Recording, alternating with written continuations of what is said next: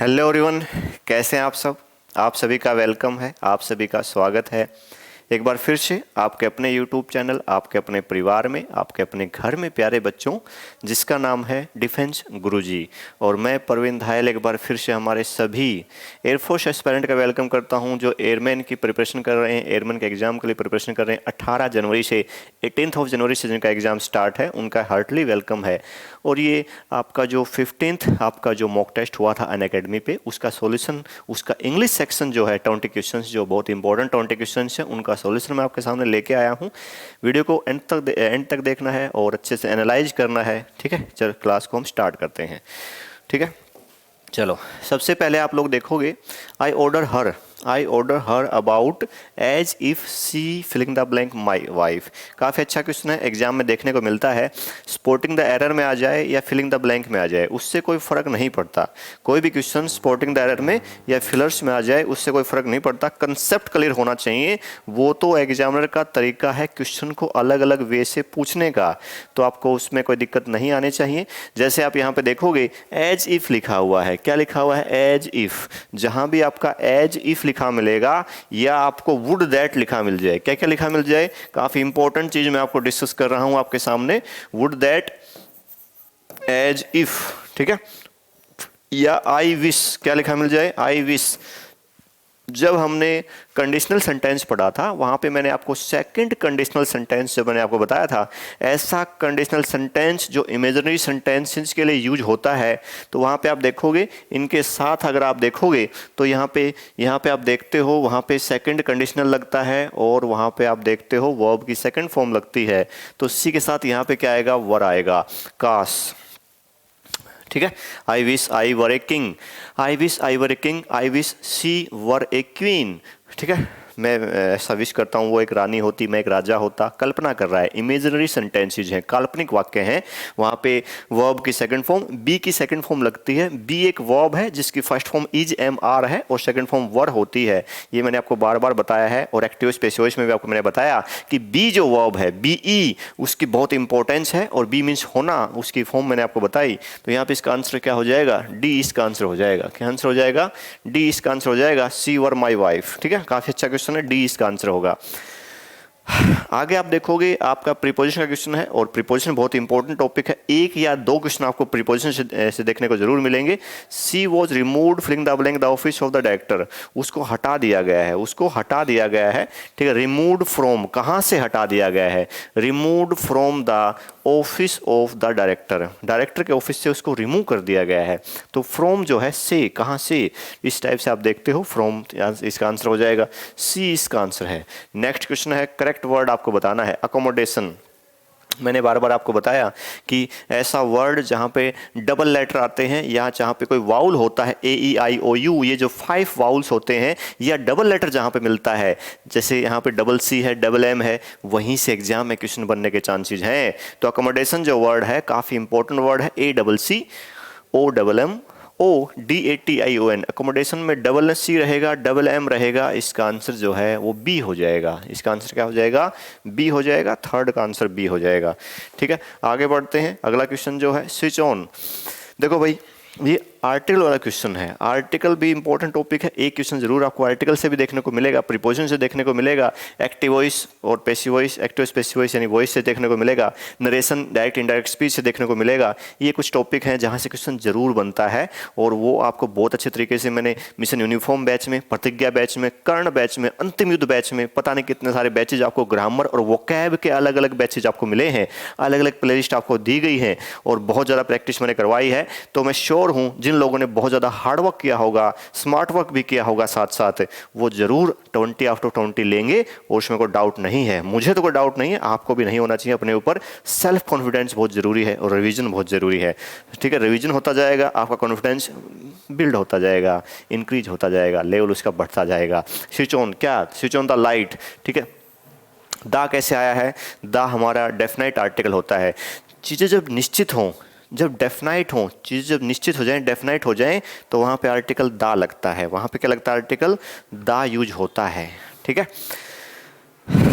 जैसे मैं इस रूम में हूँ तो मैं इसी रूम के लाइट की तो बात करूँगा, ठीक है। तो लाइट कौन सी, देखो लाइट कौन सी, जो इस रूम की लाइट है उसको बंद कर दो तो डेफिनाइट हो गया है। इनडायरेक्टली यहाँ पे इसको डेफिनाइट कर दिया, कौन सी लाइट, जो इस रूम में है, जिस हॉल में है, जहाँ पे आप हो उसी की बात हो रही है, तो वो डेफिनाइट हो गया है, निश्चित हो गया है, तभी आप आर्टिकल दा यूज कर पाओगे। ये इसका रीजन है। नेक्स्ट क्वेश्चन जो है आपका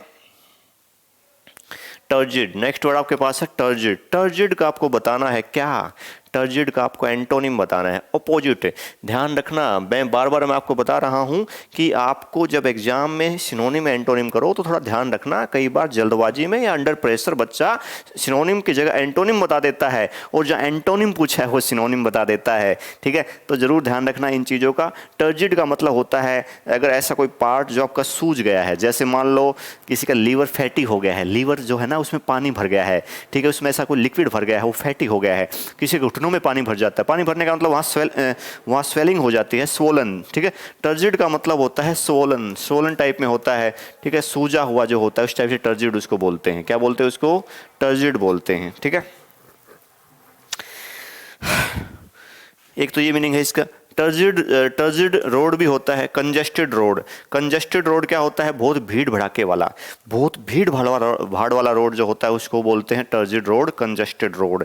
बहुत भीड़ वाला रोड हो उसको हम ये बोल देते हैं टर्जिड वाला, ठीक है। तो इसका अपोजिट हमें बताना है, इसका अपोजिट हमें बताना है, तो इसका अपोजिट क्या हो जाएगा, क्लीन हो जाएगा। इसका अपोजिट क्या हो जाएगा, क्लीन हो जाएगा। तो ए इसका आंसर हो जाएगा। क्या इसका आंसर क्या हो जाएगा, ए इसका आंसर हो जाएगा। ये आपको ध्यान रखना है, ठीक है। Next, a drug which produces sleep और टॉर्पोर। ऐसी ड्रग जो बहुत नींद पैदा करती है, क्या बोलते हैं उसको, आपने सुना होगा नारकोटिक, ठीक है। नारकोटिक डिपार्टमेंट भी होता है, जो नशीली दवाएं होती हैं जिससे नींद आती है, तो क्या बोलते हैं उसको, नारकोटिक बोलते हैं। क्या बोलते हैं उसको, नारकोटिक। पेनेसिया बहुत इंपॉर्टेंट वर्ड है। मैंने ग्रामर में आपको जब भी कोई बैच स्टार्ट होता है तो वहाँ पे मैंने पेनेसिया टेबल लिखवाई है, जो सफिक्स की टेबल होती है जिसकी हेल्प से आप पार्ट ऑफ स्पीच पता लगा पाओगे। पेनेसिया जो है क्या होगा, ए remedy for all disease. Panacea एक बहुत इंपॉर्टेंट आपका वन वर्ड में आता है, ए रेमेडी फॉर ऑल डिजीज, सभी बीमारियों की दवा। सभी बीमारियों की दवा जो होती है, रामबाण दवा, उसको पेनेसिया बोलते हैं। यहाँ पे एक रूट वर्ड है पेन। रूट वर्ड क्या है, पेन। पेन का मतलब होता है ऑल, पेन मीन्स ऑल, जो सभी बीमारियों की दवा है। डिजीज जो वर्ड है वो स्पेलिंग एरर में आता है। किस में आता है, वो स्पेलिंग एरर में आता है, ये बात आपको ध्यान रखनी है, ठीक है। तो पेनेसिया ये हो जाएगा रामबाण दवा, ये देखो, ठीक है। चलो पीछे दो, हाँ ठीक है। इसका आंसर जो है ना, इसका आंसर तो सी है, लेकिन मैंने पेनेसिया का मतलब आपको अलग से बताया है, ये बात आप ध्यान रखना, ये बात आप ध्यान रखना। ए थिंग और food which is not fresh, ये भी वन वर्ड है भाई। कोई चीज़ या जो फूड हो जो फ्रेश नहीं है, जो बासी होता है, उसको स्टेल बोलते हैं।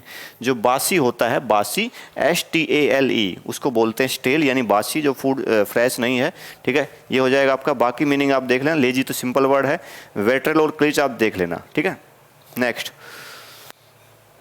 नेक्स्ट आपका है फिलर्स। और मैंने बार बार बताया है, जो फिलिंग द ब्लैंक होते हैं वो ग्रामर बेस पे भी हो सकते हैं और वोकैब बेस पे भी हो सकते हैं, ठीक है। अच्छा वर्ड है दोनों, सारे अच्छे वर्ड हैं। अच्छा क्वेश्चन है ये।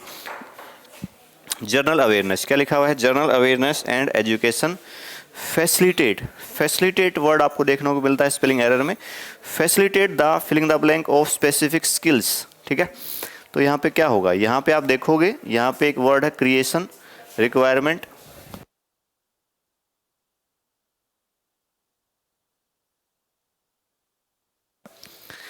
facilitate the creation of specific skills, facilitate the acquisition of specific skills, facilitate the procurement of। ये देखो, ये दो वर्ड आपके लिए नए हैं, ये दो वर्ड आपके लिए नए हैं, ठीक है। General awareness and education, general awareness और एजुकेशन क्या क्या करते हैं, क्या क्या फैसिलिटेट करते हैं, the filling the blank of specific skills, procurement और एक्विजिशन। एक बात मैं आपको बताऊं, यहाँ पे इसके दोनों ही आंसर हैं, दोनों सिनोनिम हैं। दोनों का मतलब होता है एक्वायर, दोनों का मतलब क्या है, एक्वायर, और उसी को बोलते हैं ऑब्टेन। क्या बोलते हैं उसको, ऑब्टेन भी हम बोलते हैं। ऑब्टेन बोलो या एक्वायर बोलो, ये इसका हो जाएगा। तो यहाँ पे जो पीछे आंसर आपका दिया हुआ है, सी ऑप्शन दिया हुआ है, तो उसको साथ साथ डी भी लिख लो उसमें, ठीक है, उसमें साथ साथ डी भी लिख लो।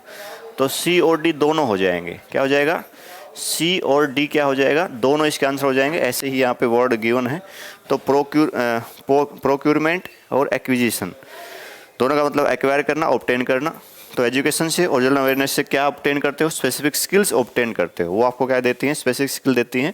दोनों अच्छे वर्ड हैं, वोकैब के लिए भी और स्पेलिंग एरर के लिए भी, ठीक है। नेक्स्ट क्वेश्चन हम लोग देखते हैं। नेक्स्ट क्वेश्चन, अगला क्वेश्चन जो आपके पास है, सिनोनिम आपको बताना है, ठीक है। सिनोनिम बताना है आपको।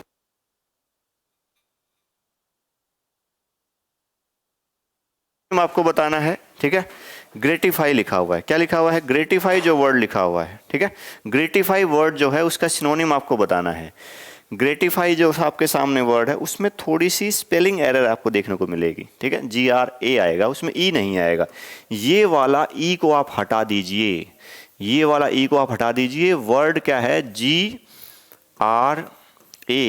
GRATIFY ये वर्ड है, उसमें ई नहीं आएगा। क्या नहीं आएगा, ई नहीं आएगा। ग्रेटिफाई, ग्रेटिफाई, ग्रेटिफाई में ई नहीं आएगा।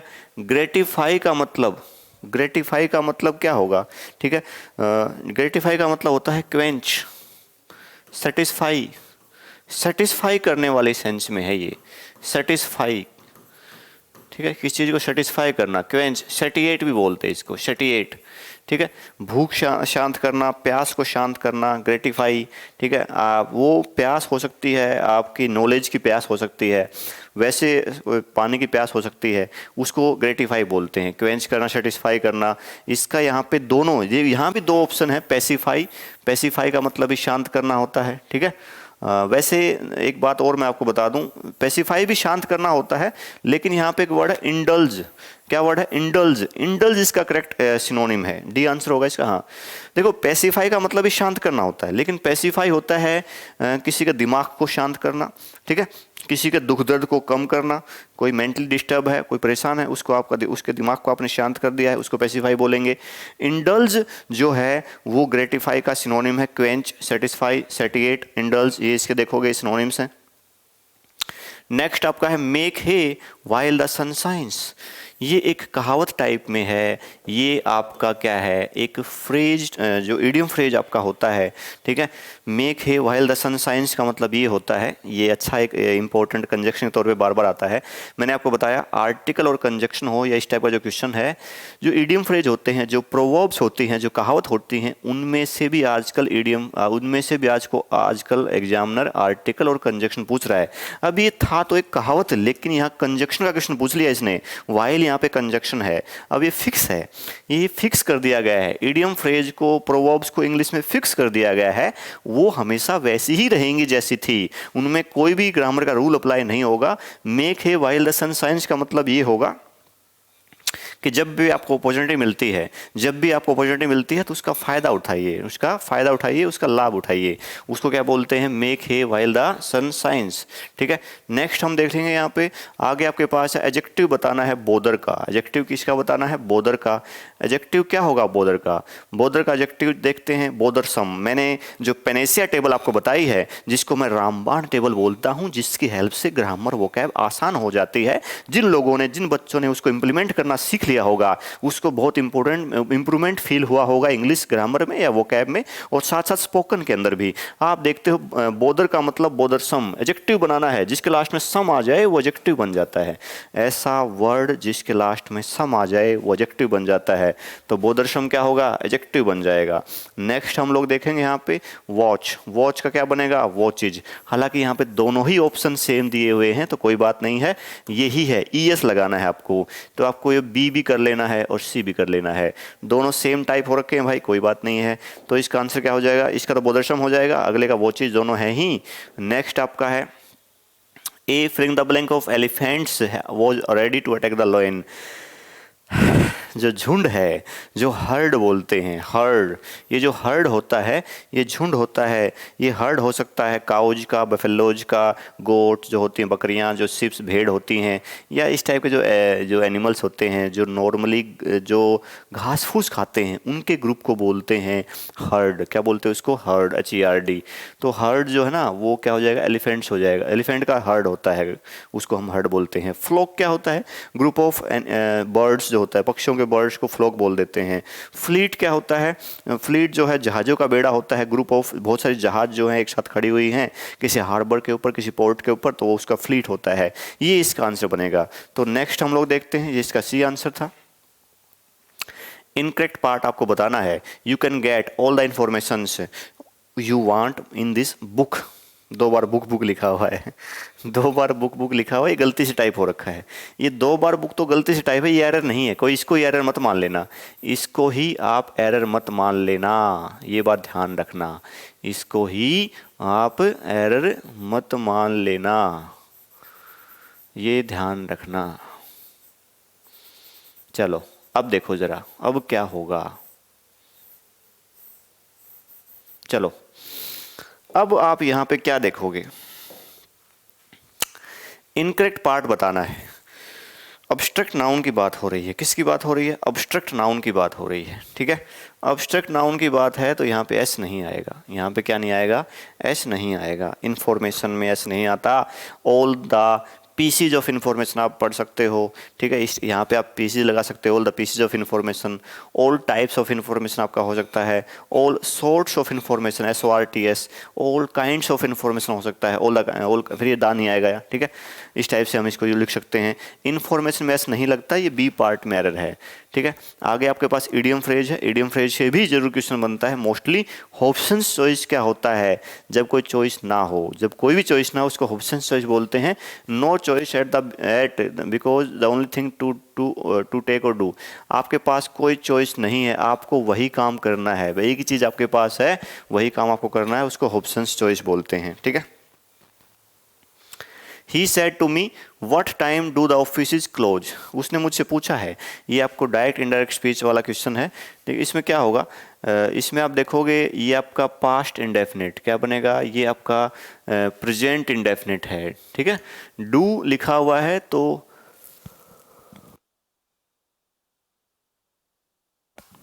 डू आपका हेल्पिंग वर्ब है। डू क्या है? आपका हेल्पिंग वर्ब है। और टेंस यहाँ पे है प्रेजेंट इंडेफिनिट। क्या टेंस है? प्रेजेंट इंडेफिनिट वाला टेंस है। चेंज होगा पास्ट इंडेफिनिट में। चेंज किस में होगा? पास्ट इंडेफिनिट में। तो सी इसका आंसर हो जाएगा। क्या इसका आंसर हो जाएगा? सी इसका आंसर हो जाएगा। नेक्स्ट है, you will have finished this work by tomorrow. You will have finished this work by tomorrow.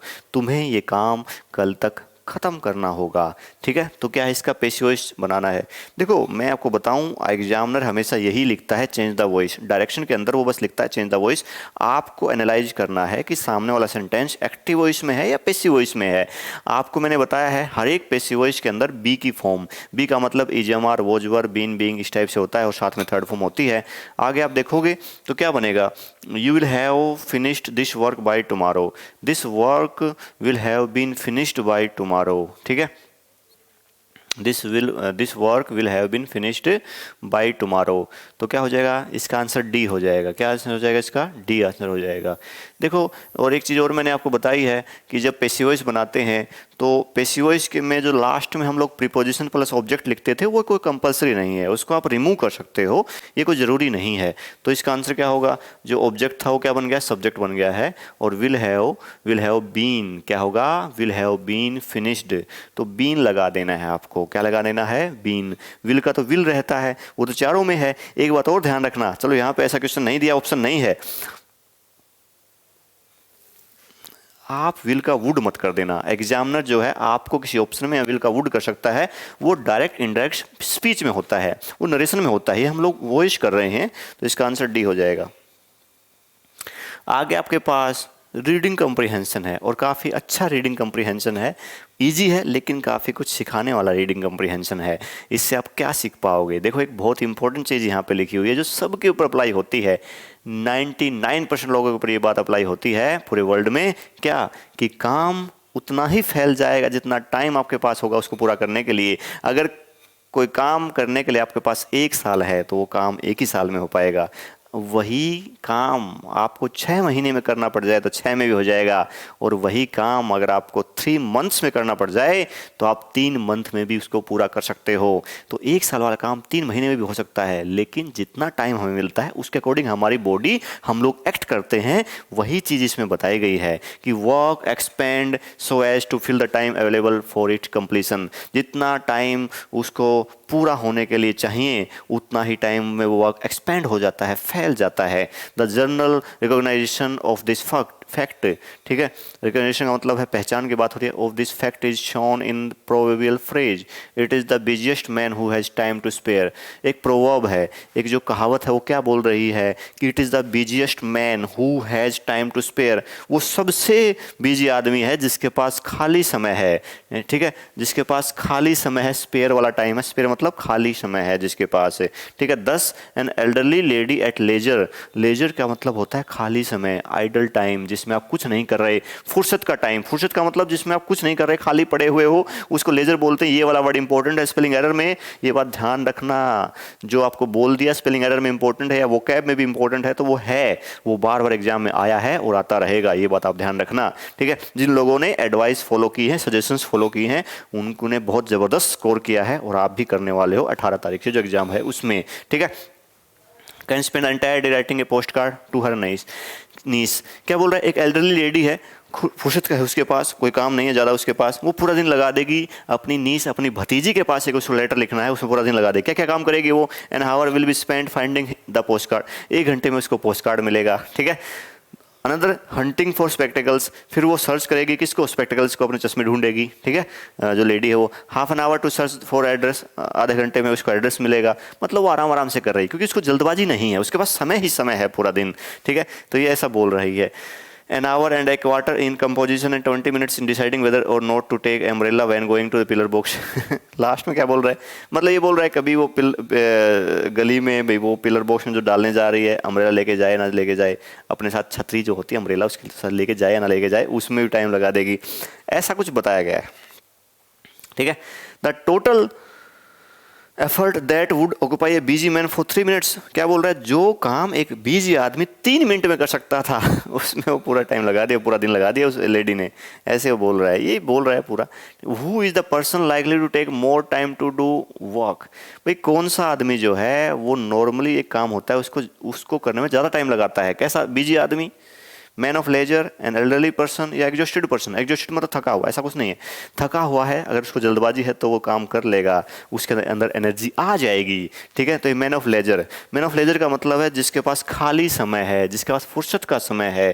तो वो आदमी जिसके पास खाली समय है वो आदमी ज़्यादा टाइम लेगा किसी काम को करने में। तो इसका आंसर क्या हो जाएगा? इसका आंसर बी हो जाएगा। इसका आंसर क्या हो जाएगा? बी इसका आंसर हो जाएगा। What is the total time spent by the elderly lady in writing a postcard? Post card लिखने में कितना टाइम लगाएगी वो? पोस्ट कार्ड लिखने में वो एक पूरा दिन लगा सकती है। क्या लगा देगी? पूरा दिन लगा सकती है, ए फुल डे। क्या लगा देगी वो? फुल डे लगा सकती है। What does the expression pillar box stand for? Pillar box का मतलब क्या है? ए पिलर टाइप पोस्ट बॉक्स। जो पिलर टाइप का पोस्ट बॉक्स होता है उसी को पिलर बॉक्स बोला गया है, ठीक है।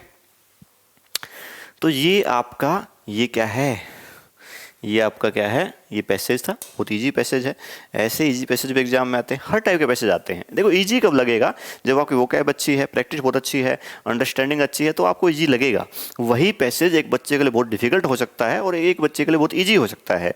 डिपेंड करता है आपकी प्रिपरेशन के ऊपर, आपने कितना हार्डवर्क किया है, कितना टाइम आपने दिया है रीडिंग स्किल्स के ऊपर, कितना आपने रीडिंग की है, आपने कितनी वोकैब अच्छी स्ट्रॉन्ग है, वोकैब आपकी अच्छी है, कितनी ग्रामर आपकी अच्छी है, और कितने पैसेज से गो थ्रू आप हो चुके हो। इस पे डिपेंड करता है कि पैसेज आपके लिए इजी है या डिफिकल्ट है। यही बात पूरे पेपर के ऊपर डिपेंड अप्लाई होती है, पूरे पेपर के ऊपर, ग्रामर हो चाहे वोकैब हो। आपने कितनी मेहनत की है, आपने कितनी रातें सही तरीके से जगाई हैं, कितनी रातों को काला किया है। काला करने का मतलब आपने मेहनत की है दिन रात, ठीक है। उस पर डिपेंड करता है कि पेपर ईजी था या डिफिकल्ट था। पेपर तो वही रहता है, एक बच्चे के लिए ईजी और एक बच्चे के लिए डिफिकल्ट। तो अब समय बहुत कम टाइम आपके पास रह गया है। आज आपके पास 13 तारीख हो चुकी है, 13 आपका डेट आपको हो चुकी है, और लोहड़ी भी आपकी है। लोहड़ी की बहुत बहुत शुभकामनाएं। तो लेकिन त्यौहार भी बना लेना है, थोड़ी बहुत मूंगफली खा लेनी है, ग्राउंड नट्स खा लेना है, ठीक है। लेकिन सबसे मेन चीज़ प्रैक्टिस आपकी बहुत ज़बरदस्त होनी चाहिए। ये मकर संक्रांति और लोहड़ी तो आपकी लाइफ में हमेशा आती रहेंगी, लेकिन ये जो टाइम आपके पास बचा हुआ है, ये 5-6 दिन का, ये दोबारा नहीं मिलेगा आपको। 4-5 दिन का टाइम जो बचा हुआ है, तो इसमें हर एक चीज़ जो आपको थोड़ी आपको वीक लग रही है उस पर भी काम कीजिए और रिवीजन करते रहिए, मैक्सिमम से मैक्सिमम प्रैक्टिस करते रहिए। ग्रामर हो चाहे वोकैब हो, प्रैक्टिस करते रहिए, आपको सक्सेस ज़रूर मिलेगी। और जो टारगेट हमने आज से 2 साल पहले, 1 साल पहले, 6 महीने से पहले जब से जो जुड़ा है, जो लिया था कि आउट ऑफ 20 आप 18+ स्कोर करोगे, 18, 19 या 20 के 20 नंबर भी आप इंग्लिश में लोगे एयरफोर्स वाले एग्जाम में, तो वो पूरा आप कर सकते हो। सैकड़ों बच्चों ने, हज़ारों बच्चों ने किया है, जो मेरे स्टूडेंट्स रहे हैं इतने सालों में। मोर देन 11 ईयर्स, 11 साल से ऊपर मुझे टीचिंग प्रोफेशन में हो गया है, तो हज़ारों बच्चों ने एग्ज़ाम क्लियर किए हैं। डिफेंस का हो, चाहे एसएससी के हों या बैंकिंग के हों, या कोई भी एग्ज़ाम हो, स्टेट लेवल का एग्ज़ाम हो, एचएससी का हो, चाहे कोई भी एग्ज़ाम हो, तो आप भी कर सकते हैं। आप भी मेहनत कर रहे हैं, आप भी एफर्ट कर रहे हैं, तो आपको सक्सेस ज़रूर मिलेगी। मिलेंगे हम लोग अगली क्लास में एक और नई वीडियो का डिटेल्ड सॉल्यूशन के साथ। तब तक के लिए बाय बाय, टेक केयर, जय हिंद।